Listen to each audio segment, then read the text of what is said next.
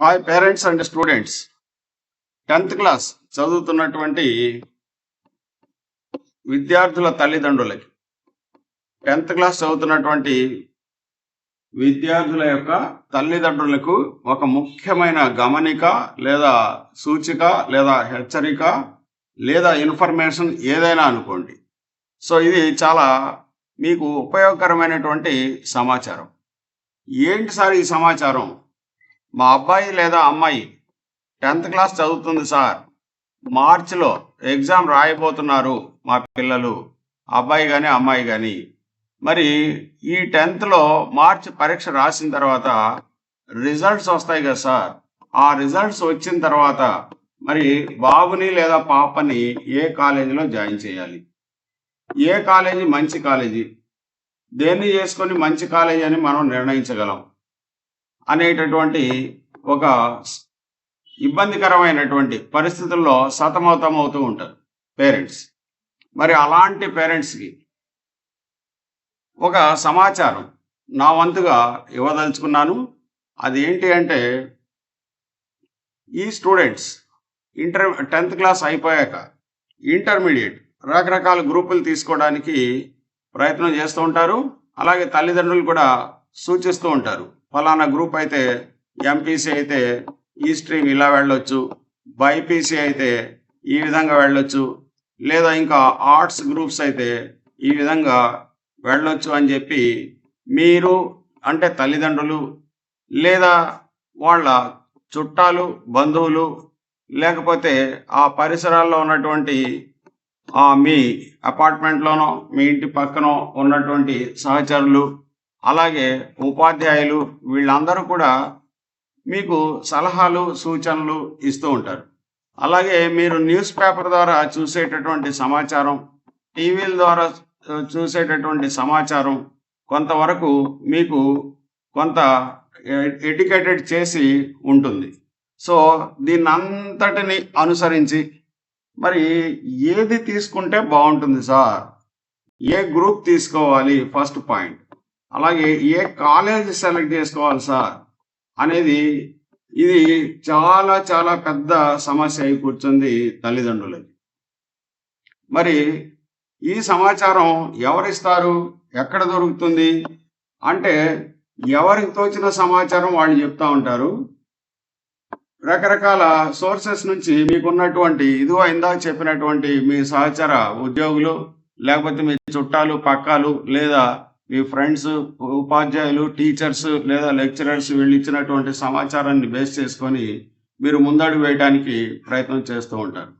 అయితే ఫస్ట్ మనం చూడాల్సింది ఏంటంటే స్టూడెంట్ యొక్క స్థాయి. స్టూడెంట్ అసలు దేనికి అర్హుడు అనేది ముందు మనం చూడాలి. ఆ తర్వాతనే మనం నిర్ణయం తీసుకోవాలి.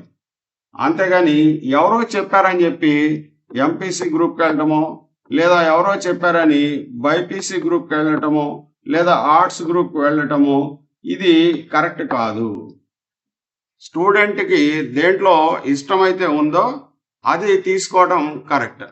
అంటే సపోజ్ స్టూడెంట్ నేను ఎంపీసీ చేస్తాను, మ్యాథ్స్ అంటే ఇంట్రెస్ట్, నేను సాఫ్ట్వేర్ చేయాలి లేదా ఇంజనీరింగ్లో ఫలానాది చేయాలి అని ముందుగానే డిసైడ్ అయ్యి ఉంటారు.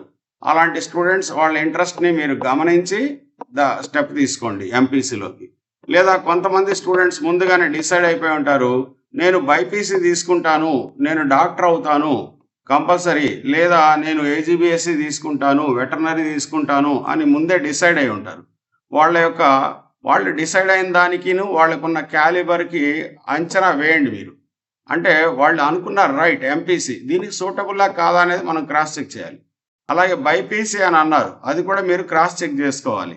మీరు ఇన్సిస్ట్ చేసి మీరు ఇంపోజ్ చేసి ఫలానా గ్రూప్ తీసుకో, బైపీసీ తీసుకో, ఎంపీసీ తీసుకో అని చెప్పడం అనేది ఏమాత్రం కరెక్ట్ కాదు. ఓకే, పిల్లలు అన్నప్పటికీ మనం క్రాస్ చెక్ చేయాలి, పాయింట్ 1. రెండో పాయింట్ ఏంటంటే మనం కూడా గైడెన్స్ ఇవ్వాలి. ఏది, ఈ గ్రూప్ తీసుకుంటే ఇలాగా, ఈ గ్రూప్ తీసుకుంటే ఇలాగా. మీరు ఈ గైడెన్స్ ఇవ్వలేని పక్షంలో అకాడమిషియన్స్ దగ్గర ఆ సలహా తీసుకోవడం మంచిది. ఓకే, సో ఇప్పుడు నేను చెప్పబోయేది ఏంటి అంటే, చాలామంది పేరెంట్స్ మీద ఈ టీవీ ప్రభావం ఉంటుంది, న్యూస్ పేపర్స్ ప్రభావం ఉంటుంది. అంటే దాంట్లో ఉన్న అడ్వర్టైజ్మెంట్స్ చూసి ఫలానా కాలేజీ మంచిది, ఫలానా దానికి ఈ సీట్లు వచ్చాయి, ఫలానా కాలేజీ ఎంపీసీకి మంచిది, ఫలానా కాలేజీ బైపీసీకి మంచిది అని చెప్పి ఒక అంచనాకు వచ్చి ఉంటారు. లేదా ఇందాక చెప్పాను కదా, మీ చుట్టాలు పక్కాలు ఫ్రెండ్స్ మీ సహ ఉద్యోగులు వీళ్ళు చెప్పినటువంటి సమాచారాన్ని బట్టి మీ మైండ్ సెట్ ఒకలాగా ఉంటుంది. మా అబ్బాయికి ఎంపీసీ తీయించాలి లేదా బైపీసీ తీయించాలి అనేది. సో ఈ ఎంపీసీనో బైపీసీనో మీరు ఒక నిర్ణయానికి వచ్చినప్పుడు, అంటే ఒక అకాడమిషియన్ ద్వారా సలహా తీసుకొని మీరు మీకున్నటువంటి నాలెడ్జ్ని గమనించి పిల్లవాడి యొక్క ఇంట్రెస్ట్ని బట్టి ఏ గ్రూప్ జాయిన్ చేయాలో నిర్ణయించుకున్న తర్వాత ఏ కాలేజ్ అయితే బెటర్ సార్ ఆ కాలేజీలో చేరిస్తే మీరు ఏదైతే ఎక్స్పెక్ట్ చేస్తున్నారో ఆ సీట్, ఆ ర్యాంక్, ఆ మార్క్ వస్తుందా లేదా అనేది మీరు ఇక్కడ ఆలోచించాలి. ఇది చాలా చాలా ఇంపార్టెంట్ అయినటువంటిది. కాలేజీ నిర్ణయించుకోవడంలోనే 50% విజయం మీది ఆధారపడి ఉంటుంది. మరి మీరు కనుక రాంగ్ స్టెప్ వేసినట్లయితే మళ్ళీ వెనక్కి తీసుకొని లేరు, అదే రూట్లో వెళ్లాల్సి ఉంటుంది. మరి అది మంచిదో చెడ్డదో ఆ విధంగానే ఆ గోల్ రీచ్ అవ్వడం జరుగుతుంది స్టూడెంట్.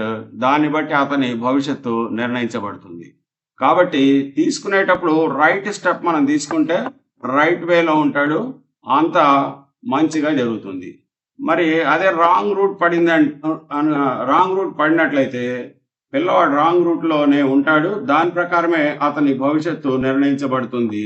అది సరైనటువంటి పద్ధతి కాదు. దీన్ని మీరు గమనించాలి. కాలేజీ సెలక్షన్లోనే 50% పిల్లవాడి విజయం ఆధారపడి ఉంటుంది. ఇది మీరు గమనించాలి, అండర్లైన్ చేసుకోవాలి. ఇప్పుడు చాలా మంది పేరెంట్స్ మీద ప్రభావం ఇందాక చెప్పాను కదా, టీవీలు, వార్తాపత్రికలు, లేదా ఫేస్బుక్లు, ట్విట్టర్లు, మరి ఎక్స్ అనేటటువంటివి, ఆ తర్వాత ఇన్స్టాగ్రామ్లు, వీటిలో ఉన్నటువంటి సమాచారాన్ని బట్టి మీరు ఒక నిర్ణయానికి వచ్చి ఉంటారు. ఈ కాలేజీ మంచిది, ఈ కాలేజీ ఫలానా దాంట్లో మంచిది, ఈ కాలేజీ ఫలానా దాంట్లో మంచిది అని. కానీ ఆ కాలేజీల్లో ఏం జరుగుతుంది అనేది కూడా మీరు గమనించాలి. ఆ కార్పొరేట్ కాలేజీలో చదవటం వల్ల ఉపయోగం ఏంటి, ఎంతమంది సక్సెస్ అవుతున్నారు, ఎలాంటి స్టూడెంట్స్కి ర్యాంకులు వస్తున్నాయి, మన స్టూడెంట్కి అక్కడ చేర్పిస్తే మంచి ఎడ్యుకేషన్ దొరుకుతుందా, మనం కట్టిన డబ్బులకి ప్రతిఫలం ఉంటుందా, మనం ఆశించిన ర్యాంక్ వస్తుందా లేదా అనేది మీరు గమనించాల్సి ఉంటుంది.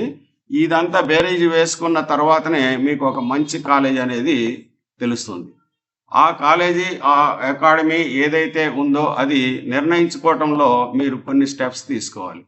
మంచి కాలేజీ అంటే పెద్ద బిల్డింగ్స్ ఉండటం కాదు, పెద్ద పెద్ద బిల్డింగ్స్ ఉంటే మంచి కాలేజీ అని కాదు.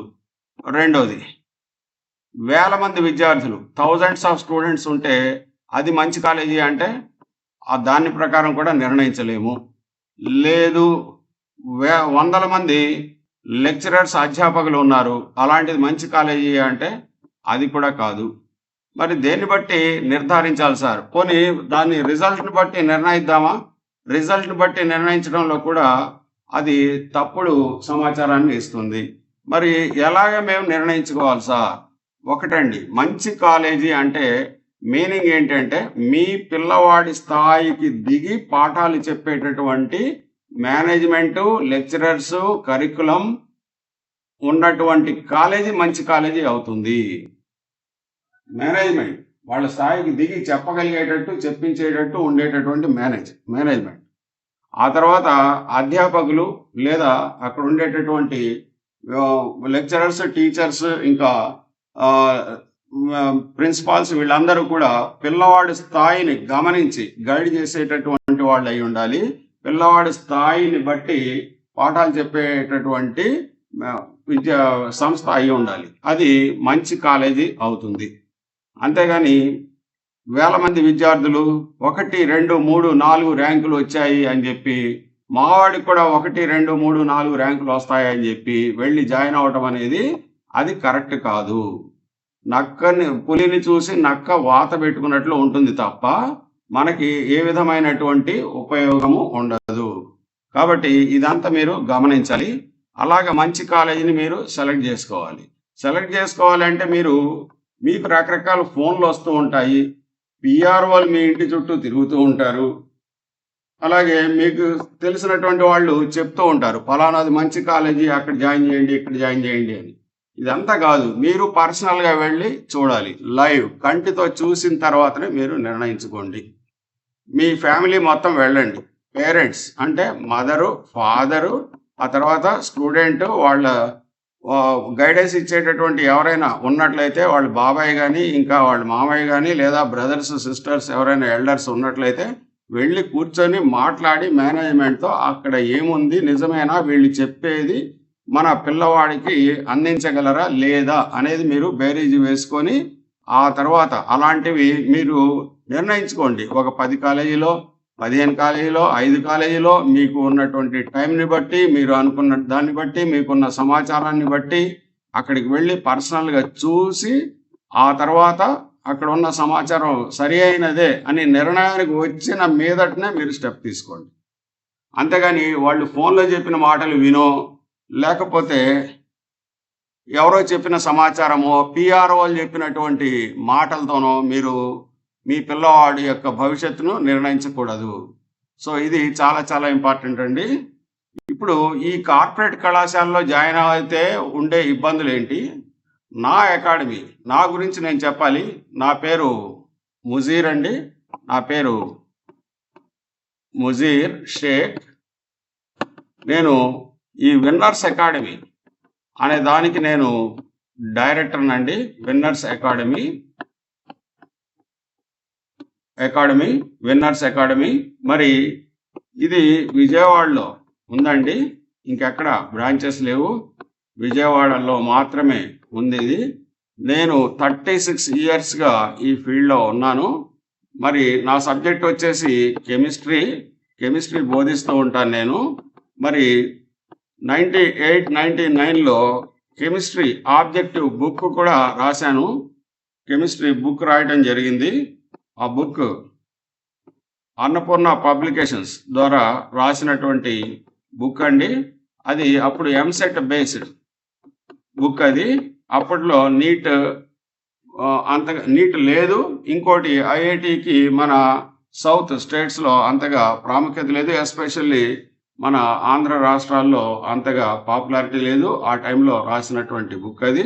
98, 99లో బుక్ ఆధర్ నేను. ఆ తర్వాత రకరకాల కార్పొరేట్ కళాశాలలో, XYZ కళాశాలలో నేను ప్రిన్సిపాల్గా, డీన్గా, సబ్జెక్ట్ ఎక్స్పర్ట్గా అన్నీ చేసి రిజైన్ చేసి సూపర్ 30 బ్యాచ్ అని పెట్టి ఉన్నాను. సూపర్ 30. నా దగ్గర వచ్చే పిల్లల్లో నేను సెలెక్ట్ చేసేది, నేను తీసుకునేది కేవలం 30 మందిని మాత్రమే. ఇప్పుడు కొంతమంది పేరెంట్స్ వస్తూ ఉంటారు, సార్ మా వాడు ఎంపీసీ ఇష్టపడుతున్నాడు సార్, ఎంపీసీ తీసుకొని ఐఐటిఎన్ అవ్వాలి అని అనుకుంటున్నాడు అని వస్తారు. లేదా బైపీసీ ఇష్టపడుతున్నాడు సార్, నేను కూడా బైపీసీ అని ప్రోత్సహిస్తున్నాం, మరి మా అబ్బాయి డాక్టర్ అవ్వాలి అని అనుకుంటున్నాడు, మరి దీనికి మీరు ఏం చేస్తారు, చేయగలరా అని వస్తూ ఉంటారు. ఎస్, నేను పిల్లవాడిని టెస్ట్ చేస్తాను ఫస్ట్. ఆ పిల్లవాడు మైండ్ సెట్ ఎలా ఉంది, ఇంట్రెస్ట్ ఎలా ఉంది, పేరెంట్స్ ప్రోద్బలంతో జాయిన్ అవుతున్నాడా, లేదా ఓన్ ఇంట్రెస్ట్తో జాయిన్ అవుతున్నాడా, లేదా ఫ్రెండ్స్ ఇన్ఫ్లుయెన్స్ ఉందా, ఇవన్నీ గమనిస్తాను. అలాగే 10th క్లాస్ లెవెల్లో ఆ అబ్బాయికి ఉన్నటువంటి సబ్జెక్ట్ మీద గ్రిప్ ఎంతవరకు ఉంది, ఏ సబ్జెక్ట్లో ఎంతవరకు నాలెడ్జ్ ఉంది, ఇదంతా గమనించిన తర్వాత ఆ సైకాలజికల్గా ఆ పిల్లవాడు చేయగలడా లేదా, ఇంత వర్క్ తట్టుకోగలడా లేదా అనేది గమనించి ఆ తర్వాతనే నేను సీట్ ఇవ్వటం జరుగుతుంది. లేదు మీ అబ్బాయికి స్కిల్స్ లేవు, సరి అయినటువంటి స్కిల్స్ లేవు, కానీ బైపీసీ అంటే ఇష్టం లేదా ఎంపీసీ అంటే ఇష్టం, సరైనటువంటి స్కిల్స్ లేవు, మీరు బైపీసీ తీసుకోమన్నారు లేదా ఎంపీసీ తీసుకోమని ప్రోత్సహించారు, పిల్లవాడు కూడా అదే అనుకున్నాడు. మరి నిజంగా మీరు చెప్పిన దానికి పిల్లవాడు అనుకున్నది కరెక్టే, కానీ అది సక్సెస్కి దారి తీస్తుందా లేదా అనేది కూడా మనం గమనించాలి. సో అలా గమనించకుండా పిల్లవాడు అన్నాడు, నేను అన్నాను, రెండు సెట్ అయినాయి కాబట్టి జాయిన్ చేశానంటే కుదరదు. మాలాంటి అకాడమిషియన్స్ దగ్గర తీసుకొస్తే ఒకసారి క్రాస్ చెక్ చేసి ఈ అబ్బాయి సూటబుల్లా నాట్ సూటబుల్లా అనేది చెక్ చేయడం జరుగుతుంది.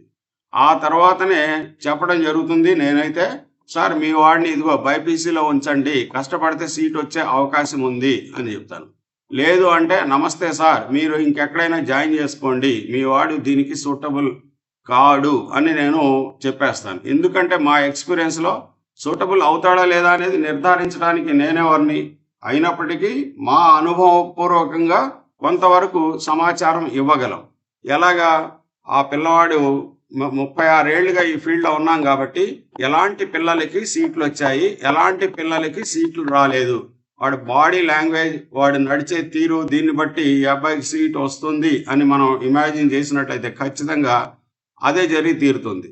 ఎందుకంటే ఇది నా అనుభవపూర్వకంగా నేను చెప్తున్నటువంటిది. అందుకనే నేను ఎందుకు అంటే ఇట్ ఈస్ నాట్ డిస్కరేజింగ్ అండి. కారణం ఏంటి అంటే పేరెంట్ లక్షల కొద్దీ డబ్బులు వెచ్చిస్తున్నాడు, టైం వెచ్చిస్తున్నాడు, కానీ వాళ్ళు అనుకున్నటువంటి రిజల్ట్ రావడం లేదు. స్టూడెంట్ పేరెంట్ అనుకున్నటువంటి రిజల్ట్ ఎందుకు రావట్లేదు అంటే ఆ పిల్లవాళ్ళలో ఏదో లోపం ఉండి ఉంటుంది, రకరకాలుగా ఉండి ఉండొచ్చు. ఆ లోపాలు ఒక్కొక్కరికి ఒక్కొక్క రకంగా, వాటి వల్ల ఆ పిల్లవాడు ఆ సీట్ తెచ్చుకోలేకపోతున్నాడు. కొంతమంది ఫోన్లకి ఎడిక్ట్ అయిపోవడం, కొంతమంది ఫ్రెండ్స్తో, కొంతమంది చాటింగ్ చేయటంలో, కొంతమంది సినిమాలకి, కొంతమంది గేమ్స్కి, కొంతమంది బెట్టింగ్లకి, ఇలాగ రకరకాల వాటికి అలవాటు పడి ఉన్నారు.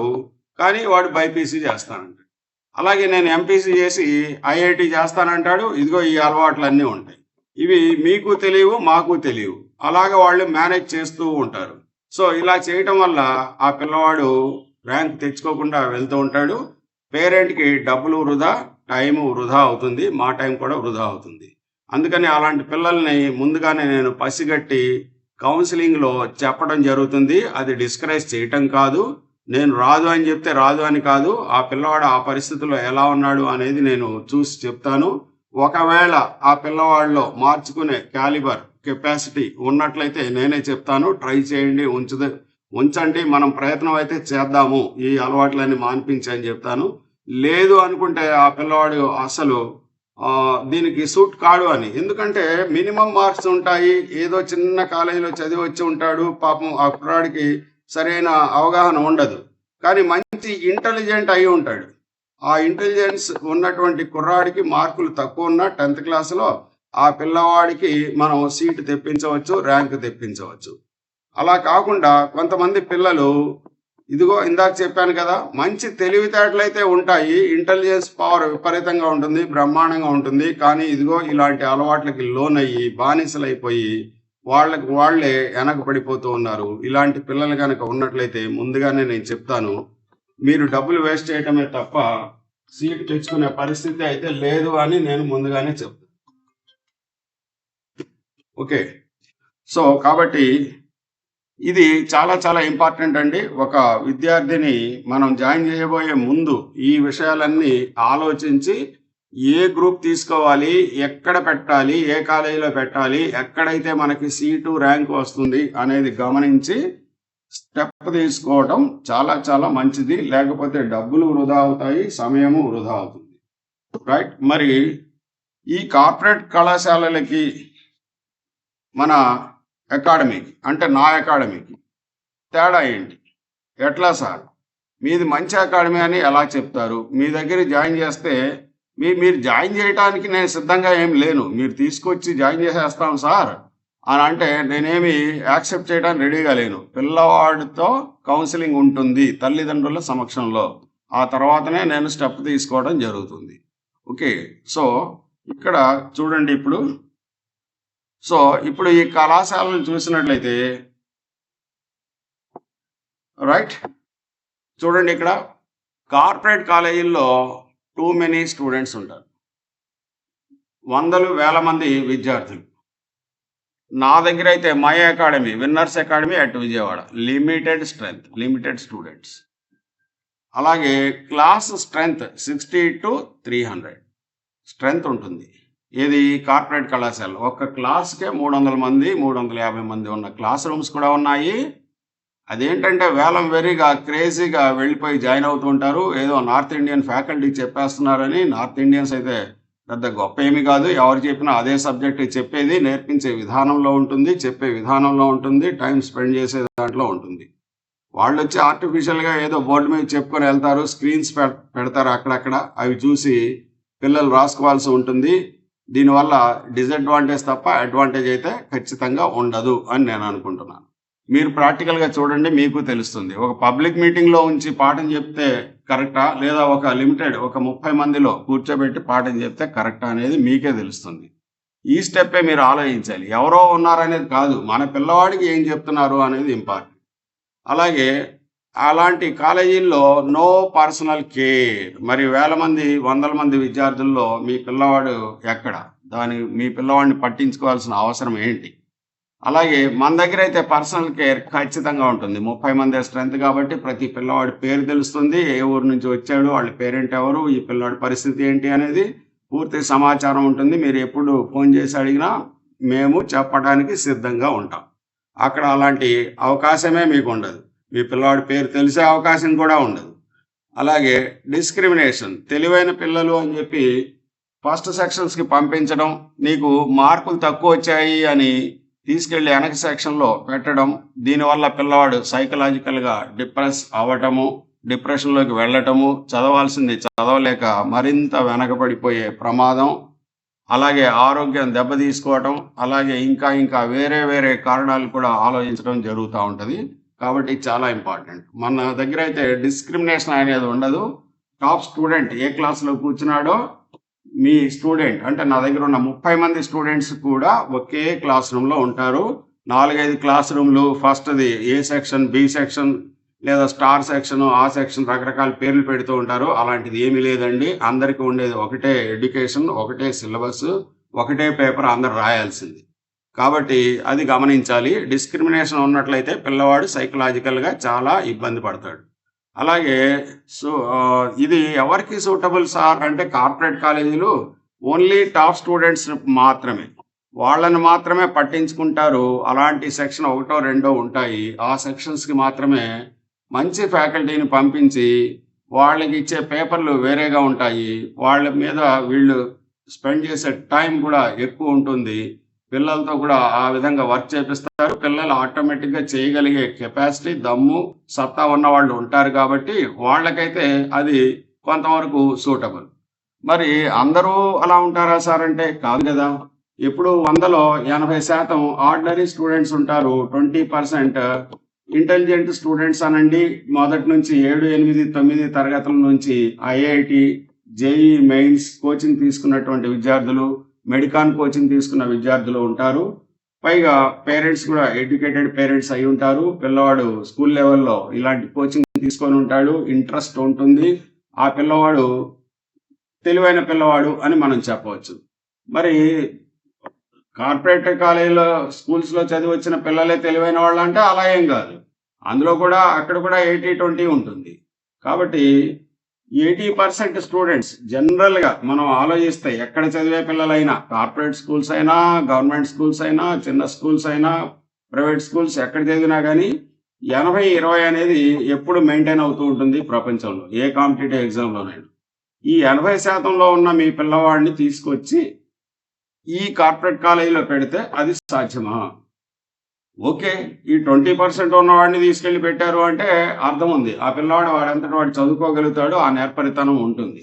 మరి ఇలాంటి పిల్లల్ని తీసుకెళ్లి ఆ కార్పొరేట్ కళాశాలలో జాయిన్ చేసి వాళ్ళ భవిష్యత్తును పాడు చేస్తున్నారు, డబ్బు వేస్ట్ చేసుకుంటున్నారు. ఆ విధంగా పిల్లవాడు ఇబ్బంది పడుతూ ఉన్నాడు. సో ఆ విధంగా ఇది ఏంటంటే టాప్ స్టూడెంట్స్ని మాత్రమే పట్టించుకునే కళాశాల. నా దగ్గర అయితే ఈ టాప్ స్టూడెంట్స్తో పాటు యావరేజ్, బిలో యావరేజ్ స్టూడెంట్స్ని కూడా నా దగ్గర పర్సనల్ కేర్, అటెన్షన్ ఉంటుంది. ఎలాగంటే నా దగ్గర కస్టమైజ్డ్ ప్రోగ్రామ్ ఉంటుంది.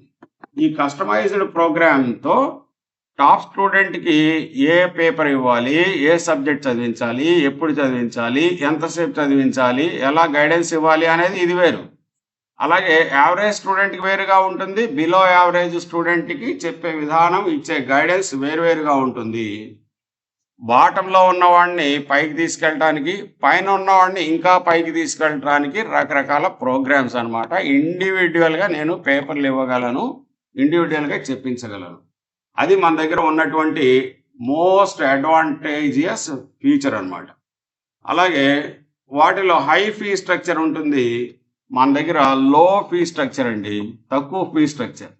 అక్కడ 2.5 లక్షలు 3 లక్షలు ఫీజులు కూడా ఉన్నాయి. మీరు ఎంక్వైరీ చేసుకోండి, మీకే తెలుస్తుంది. కానీ మన దగ్గర దాదాపు వాటిల్లో సగం ఫీజుకి మనం ఇలాంటి క్వాలిటీ ఎడ్యుకేషన్ని తక్కువ మందితో మనం అందిస్తున్నాం. అది ఇంపార్టెంట్. అలాగే no one is responsible for your ward. మీ పిల్లవాడికి ఎవరు అక్కడ రెస్పాన్సిబిలిటీ కాదు. గుంపులో గోవింద, నలుగురిలో నారాయణ. మీరు ఏదో విజయవాడ తీసుకొచ్చి జాయిన్ చేశాను, హైదరాబాదు లేదా కోట రాజస్థాన్లో జాయిన్ చేసి వచ్చాను అని మీరు కాలర్ ఎగరేసుకొని తిరుగుతూ ఉంటారు. అందులో జాయిన్ చేయగానే డాక్టర్ అయిపోయినట్టో ఐఐటి సీట్ వచ్చినట్టుగాను. కానీ పిల్లవాడు ఉండేది ఆ గుంపులో గోవింద లెక్కన ఉంటాడు. కాబట్టి అక్కడ ఎవరు రెస్పాన్సిబుల్ కాదు. ఇక్కడ మనం ప్రతి పిల్లవాడికి రెస్పాన్సిబిలిటీ తీసుకుంటాం. మీరు ఏ టైంలో ఫోన్ చేసినా మీ పిల్లవాడి యొక్క డేటా మొత్తం మేము చెప్పగలుగుతాం. ఏ టెస్ట్ రాశాడు, దేంట్లో ఎన్ని మార్కులు వచ్చాయి, ఎక్కడ వెనకబడుతున్నాడు అనేది, ఎక్కడ ఎలా ట్రై చేసాము, ఎలా ముందుకు వెళ్ళాడు, ఈ స్టెప్స్ అన్నీ కూడా మీకు చెప్పడం జరుగుతుంది. మీరు ఎనీ టైం వచ్చి మీ పిల్లవాడి గురించి ఎంక్వైరీ చేసుకోవచ్చు. మీరు ఎప్పుడు ఫోన్ చేసినా మేము అందుబాటులో ఉంటాం. ఫోన్ లిఫ్ట్ చేస్తాం, మాట్లాడతాం, మీకు కావాల్సిన సమాచారం ఇస్తాం. ఇక్కడ అలాంటి అవకాశం మీకు ఉండదు. అలాగే వాళ్ళు పూర్తి సమాచారం ఇవ్వరు. మీ పిల్లవాడు చదవట్లేదండి, అందుకు మార్కులు తక్కువ వస్తున్నాయి, మీరు కూడా చెప్పండి అంటారు తప్ప దానికి ఎలాగా సాల్వ్ చేయాలనేది వాళ్ళు చెప్పరు. అలాగే పేరెంట్స్ మీట్ ఎప్పుడో ఒకసారి పెడితే పెట్టవచ్చు. కొన్ని కాలేజీలు అసలు పెట్టవు, కొన్ని కాలేజీలు అప్పుడప్పుడు ఉంటూ ఉంటాయి. మరి అంతమందిలో ఆ పేరెంట్స్ మీట్ కూడా వృధా ప్రయత్నమే. వాళ్ళు చెప్పింది కూడా వాళ్ళు వినరు, ఆచరించరు. కాబట్టి అదేంటంటే ఒక ముఖస్థుతి కోసం ఏదో, లేకపోతే వాళ్ళని సాటిస్ఫై చేయడం కోసం ఏదో లాగా ఉంటుంది తప్ప అది రియల్ పేరెంట్ మీట్ కాదు. ఇక్కడ ఎవ్రీ మంత్ పేరెంట్స్ మీట్ ఉంటుంది. ప్రతి స్టూడెంట్ సంబంధించి అందరిని ఒకేసారి పిలవకుండా ఒక్కో పేరెంట్ వచ్చి పర్సనల్గా, అంటే ఎక్కువ టైం స్పెండ్ చేయాలి. స్పెండ్ చేస్తే కానీ అవ్వదు. ఒక 30 మందినే మేము చూడలేకపోతున్నాం, అలాంటిది వందల వేల మందిని ఎలా చూడగలుగుతారు పెద్ద పెద్ద కాలేజీల్లో? గమనించండి మీరు కూడా. సో కాబట్టి ఇక్కడ ప్రతి పేరెంట్కి టైం ఇచ్చి, వాళ్ళు ఎప్పుడు వస్తారో ఆ టైం తీసుకొని వాళ్ళతో మాట్లాడి, వాళ్ళ పిల్లల్ని పిలిపించి వాళ్ళ ముందే అడిగి ఏం కావాలి, ఎక్కడ ఇబ్బంది పడుతున్నారు అనేది వాళ్ళ ముందే అడిగి, వాళ్ళు ఇంతకుముందు మాకు చెప్పకుండా పేరెంట్స్కి ఏమైనా చెప్పినట్లయితే ఆ విషయాలను కూడా పేరెంట్స్ నుంచి రాబట్టి వాటిని రెక్టిఫై చేయడానికి బెటర్ స్టెప్స్ మేము తీసుకుంటాం. ఇది పేరెంట్ రియల్గా గమనించవచ్చు, ఇది లైవ్గా. అలాగే డిస్టర్బెన్స్ ఉంటుంది స్టూడెంట్స్కి. పక్కన ఇన్ని వందల మంది విద్యార్థులు ఉన్నప్పుడు హాస్టల్స్లో రకరకాల ఏరియాస్ నుంచి వచ్చి ఉంటారు, రకరకాల మైండ్ సెట్స్ ఉంటాయి, రకరకాల అలవాట్లు ఉంటాయి. పిల్లలు హాస్టల్స్లో ఉండి చాలామంది పిల్లలు చెడిపోతున్నారు. పక్కన పిల్లల ప్రభావము వీళ్ళ మీద కూడా ఉంటుంది. పాపం నిజంగా చదువుకుందామని వచ్చిన విద్యార్థులు కూడా ఈ పక్కన ఉన్నటువంటి ఫ్రెండ్స్ ద్వారా ఇన్ఫ్లుయెన్స్ అయ్యి వాళ్ళు కూడా పాడైపోవడం, మంచి ఇంటెలిజెన్స్ ఉన్నప్పటికీ, మంచి సీట్లు తెచ్చుకోగలిగే కెపాసిటీ క్యాలిబర్ ఉన్నప్పటికీ వెనకబడిపోతూ ఉన్నారు. ఇలాంటివి ఎన్నో వందల ఎగ్జాంపుల్స్ నా దగ్గర అయితే ఉన్నాయి. ఈ కార్పొరేట్ సెక్టార్స్లో నేను చేసి వచ్చినప్పుడు గమనించినటువంటి విషయాలు. అలాగే మన దగ్గర అయితే లిమిటెడ్ మెంబర్స్ కాబట్టి దీంట్లో ఉండేది డే స్కాలర్స్ ఉంటారు, హాస్టలర్స్ ఉంటారు, ఆ తర్వాత బాయ్స్ ఉంటారు, గర్ల్స్ ఉంటారు. ఒక 30 మంది ఉన్నట్లయితే ఒక్కొక్క దాంట్లో కనీసం 8 మంది, అంటే 8 మంది డే స్కాలర్స్, 8 మంది హాస్టలర్స్, 8 మంది బాయ్స్, 8 మంది గర్ల్స్, ఇలాగ డిస్ట్రిబ్యూట్ అయి ఉంటారు. అంటే ఇప్పుడు ఈ హాస్టలర్స్ అందరూ కూడా ఎక్కువ మంది లేరు, వందల వేల మంది లేరు. అక్కడ ఏం జరుగుతుంది అనేది మనం గమనించవచ్చు. ఏ అబ్బాయి వల్ల డిస్టర్బెన్స్ వస్తుంది అనేది మనం ఈజీగా ఫైండ్ అవుట్ చేయగలుగుతాం, లేదా ఏ అమ్మాయి వల్ల డిస్టర్బెన్స్ వస్తుంది అనేది గమనించి దాన్ని బట్టి స్టెప్ తీసుకోవడం అవుతుంది. వందల మంది ఉన్నట్లయితే ఆ పద్ధతి వేరు, మన కంట్రోల్లో ఉండదు. పిల్లలు ఊరికే ఒకళ్ళ అలవాట్లు ఒకళ్ళు తీసుకోవడం జరుగుతుంది.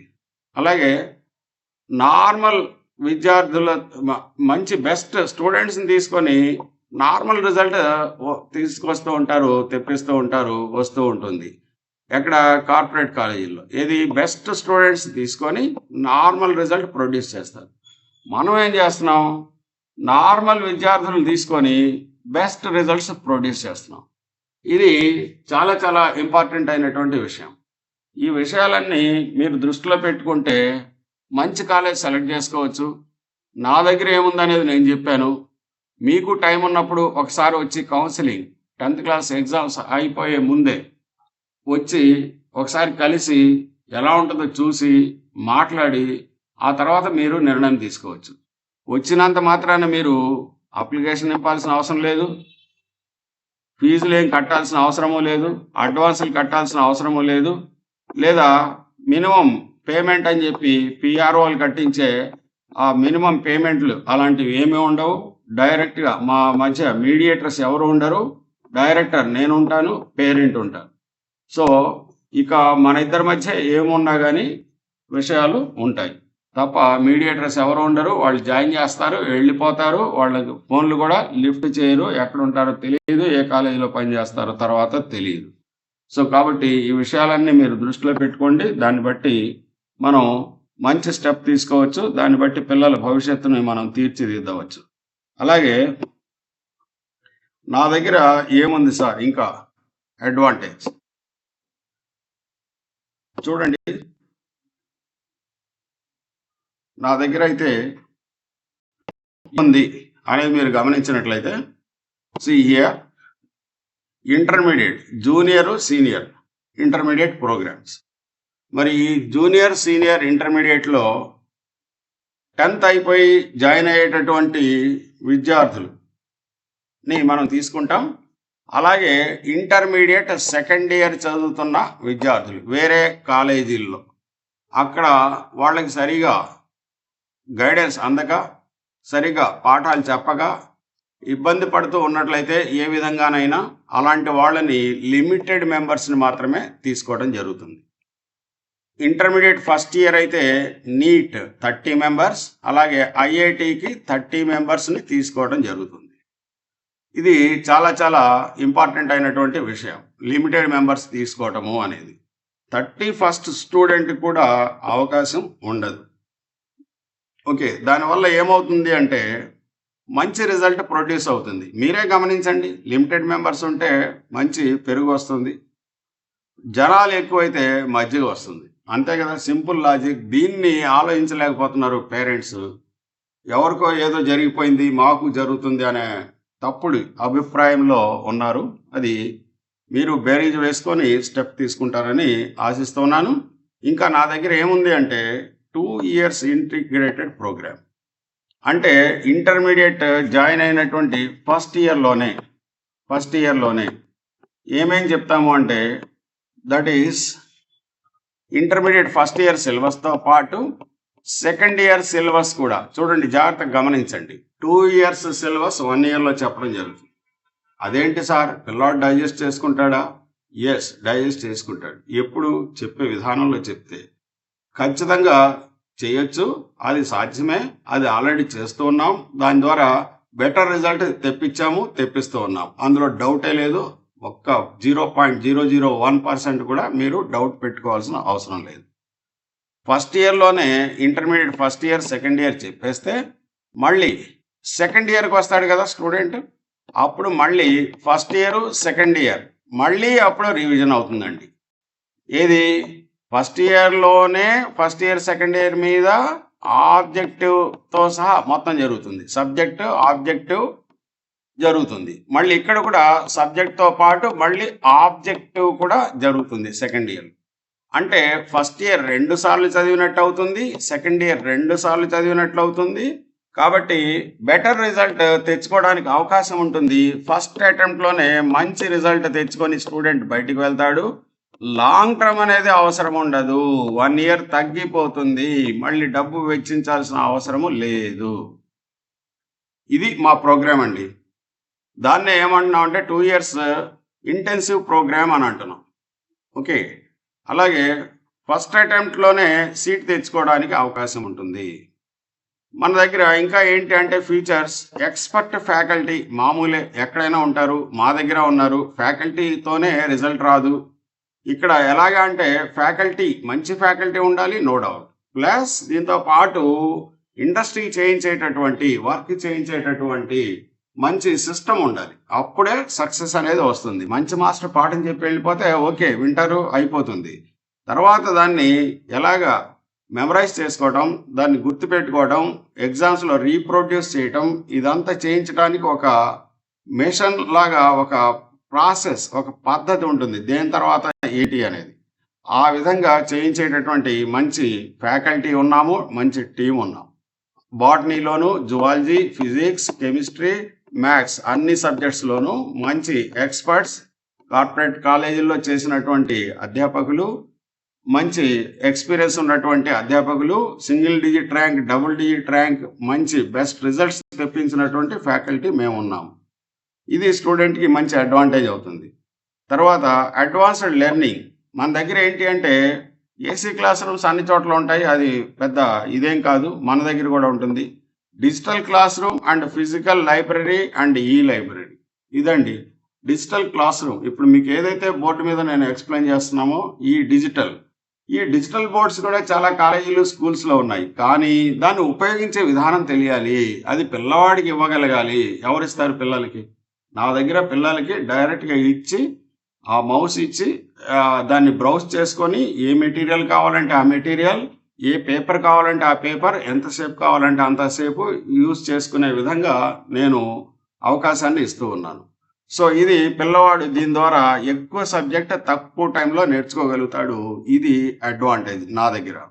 అలాగే రెగ్యులర్ అసైన్మెంట్స్ అన్ని చోట్ల ఉంటాయి, నా దగ్గర ఉంది. ఇది పెద్ద ఫీచర్ కాదు, నేను రెగ్యులర్ అసైన్మెంట్స్ ఇస్తాను. కానీ ఎక్కడ నాది బెటర్ అనిపిస్తుంది అంటే దగ్గరుండి చేయించడం అనేది ఇంపార్టెంట్. అసైన్మెంట్ చేతికిచ్చి పంపించేస్తే ఉపయోగం లేదు. నేను అసైన్మెంట్ ఇచ్చాను, నేను ఇచ్చానంటే అది కాదు. అది చేయించారా లేదా, ఫాలోఅప్ వర్క్ అనేది చాలా చాలా ఇంపార్టెంట్. గుర్తుపెట్టుకోండి, ఆ ఫాలోఅప్ వర్క్ మేము చేస్తాము, రెగ్యులర్ అసైన్మెంట్స్. అది చాలా ఫిక్స్ అవుతుంది పిల్లవాడికి. అలాగే ప్రూవెన్ రిజల్ట్స్. ఇంతకుముందు నేను వేరు కాలేజీలో చేసినప్పుడు ఆల్ ఇండియా ఫస్ట్ ర్యాంక్ తెప్పించాము. అలాగే ఎంసెట్లో 3 times స్టేట్ ఫస్ట్ ర్యాంక్ వచ్చింది. అలాగే ఏఎఫ్ఎంసీలో నేషనల్ లెవెల్ 20th ర్యాంక్. ఇలాంటి సపోర్టింగ్ ర్యాంక్స్, మంచి మంచి ర్యాంక్స్ మేము తెప్పించున్నాము, మా టీం అంతా కూడా. సో కాబట్టి ప్రూవెన్ రిజల్ట్ మన దగ్గర ఉంది ప్రాక్టికల్గా. మీరు వచ్చి చూడొచ్చు, డైరెక్ట్గా ఫోన్ నెంబర్స్ ఇస్తాము, మీరు మాట్లాడుకోవచ్చు మా దగ్గరికి వచ్చాక. అలాగే మరీ ముఖ్యంగా కావాల్సింది ఏంటంటే ఒక మెంటార్ కావాలండి. ఇదంతా ఒక ఎత్తు అయితే లిమిటెడ్ మెంబర్స్ ఉండటం, మంచి ఫ్యాకల్టీ ఉండటం, మంచి కరికులం ఉండటం, ఇదంతా ఇంపార్టెంటే. దగ్గరుండి చేయించే వాళ్ళు ఉండటం ఇదంతా మంచిదే, ఉండాలి. దాంతో పాటు ఒక మెంటార్ అనే వాళ్ళు ఉండాలండి. పిల్లవాడిని గమనిస్తూ వాడు ఎక్కడ వెనకబడుతున్నాడు, ఎక్కడ ఇబ్బంది పడుతున్నాడు, ఎక్కడ తడబడుతున్నాడు, దాన్ని సరిచేసేటటువంటి ఒక మెంటార్. పూర్తి అవగాహన ఉండాలి. ఆ పిల్లవాడు ఏ సబ్జెక్ట్లో ఎలా ఉన్నాడు, ఏ సబ్జెక్ట్లో ఎక్కడ ఇబ్బంది పడుతున్నాడు అనేది గమనించి రెక్టిఫై చేయించి ముందుకు తీసుకెళ్లేటటువంటి ఒక మెంటార్ ఉండాలి. సో అలాంటి మంచి మెంటార్గా నేనే ఉన్నానండి. 36 years ఎక్స్పీరియన్స్ ఉన్నటువంటి మాస్టర్ని. మరి ఎన్నో వందల మంది డాక్టర్లు, ఐఐటిఎన్స్, ఎన్ఐటిఎన్స్ని చేసినటువంటి నా అనుభవం పిల్లలకి ఎంతో ఉపయోగపడుతుంది. అలాగే లిమిటెడ్ సీట్స్ ఉన్నాయి కాబట్టి మీరు మీ స్పాట్ రిజర్వ్ చేసుకొని మీరు వచ్చి మాట్లాడి రిజర్వ్ చేసుకోవచ్చు. ఇది నేను చెప్పిన మీదట, ఎస్ మీ అబ్బాయికి సీట్ ఇవ్వచ్చు, ఇస్తాను అని చెప్పిన మీదటనే మీరు వచ్చి సీట్ ఇవ్వండి సార్, మీరు అడిగినంత ఫీజు కడతామన్నా కానీ నా దగ్గర సీటు ఉండదు. అలాగే మీరు యాజ్ ఎర్లీ యాజ్ పాసిబుల్ మీరు వచ్చినట్లయితేనే ఈ అవకాశం ఉంటుంది. మరి ఎక్కువ కాలం ఈ అవకాశం ఉండకపోవచ్చు. ఎవ్రీ ఇయర్ మా ప్రయత్నంలో మేము చేస్తూ ఉన్న దాన్ని బట్టి నేను చెప్తూ ఉన్నాను. సో మీరు వచ్చి కలవండి పర్సనల్గా, దాన్ని బట్టి మనం ఏదైనా చేయొచ్చు. మీ పిల్లల్ని తీసురండి, నేను గైడెన్స్ ఇస్తాను, దాన్ని బట్టి చేయొచ్చు. ఫలానా కోర్సే మంచిది, ఫలానా చెడ్డది, ఈ అబ్బాయి అసలు పనికిరాడు అనేది కాదు. ఈ కోర్సుకి పనికిరాడు, వేరే కోర్సుకి పనికి రావచ్చు, అది గమనించండి. అంతేగాని మీ అబ్బాయికి ఇక్కడ సీట్ ఇవ్వలేదు అంటే ఆ అబ్బాయి యూజ్లెస్ అని కాదు, ఇంకోటి కాదు. వాడికి వేరే దాంట్లో ఎక్కడో ఇంట్రెస్ట్ ఉంది, అది గమనించట్లా. మీ ఇంట్రెస్ట్ని పిల్లవాడి మీద రుద్ది ఇదే చేయాలి అని గనక చేస్తే అది తప్పు అవుతుంది. అది కరెక్ట్ గైడెన్స్ ఉంటేనే పిల్లవాడు రైట్ రూట్లోకి వెళ్ళగలుగుతాడు. ఆ గైడెన్స్ కోసమే మీరు రండి. ఇక్కడ ఎప్పుడైనా రావచ్చు. మీరు పేరెంట్స్ స్టూడెంట్తో కలిసి రావచ్చు. లేదు స్టూడెంట్ రాలేడు, హాస్టల్స్లో ఉన్నారు అని అంటే కనుక పేరెంట్ వచ్చి మాట్లాడి చూసి ఆ తర్వాత నిర్ణయం తీసుకోవచ్చు. మీరు వచ్చిన వెంటనే ఫీజులు కట్టాల్సిన అవసరం లేదు, అప్లికేషన్లు నింపాల్సిన అవసరం అంతకంటే లేదు, అడ్వాన్సులు కట్టాల్సిన అవసరం లేదు. సో జస్ట్ చూసి వెళ్ళి ఇంటికి వెళ్ళి డెసిషన్ తీసుకొని ఆ తర్వాత మీరు మీ స్టెప్ తీసుకోవచ్చు. మరి దీన్ని బట్టి మీకు కొంత అవగాహన వచ్చి ఉంటుంది అని నేను అనుకుంటున్నాను. మరి పేరెంట్స్, మరి ఆల్ ది బెస్ట్. మరి మీ పిల్లల భవిష్యత్తు బాగుండాలని నేను కోరుకుంటూ ఉన్నాను. మరి ఇన్నేళ్ళు ఎక్స్పీరియన్స్ ఉన్న ఒక వ్యక్తిగా, ఎంతో మందిని డాక్టర్లు ఇంజనీర్లుగా మార్చిన వ్యక్తిగా నేను మీ పిల్లలకి మంచి భవిష్యత్తు ఉండాలని నేను కోరుకుంటూ ఉన్నాను. మీరు ఎప్పుడైనా రావచ్చు. Right, all the best. Thank you అండి.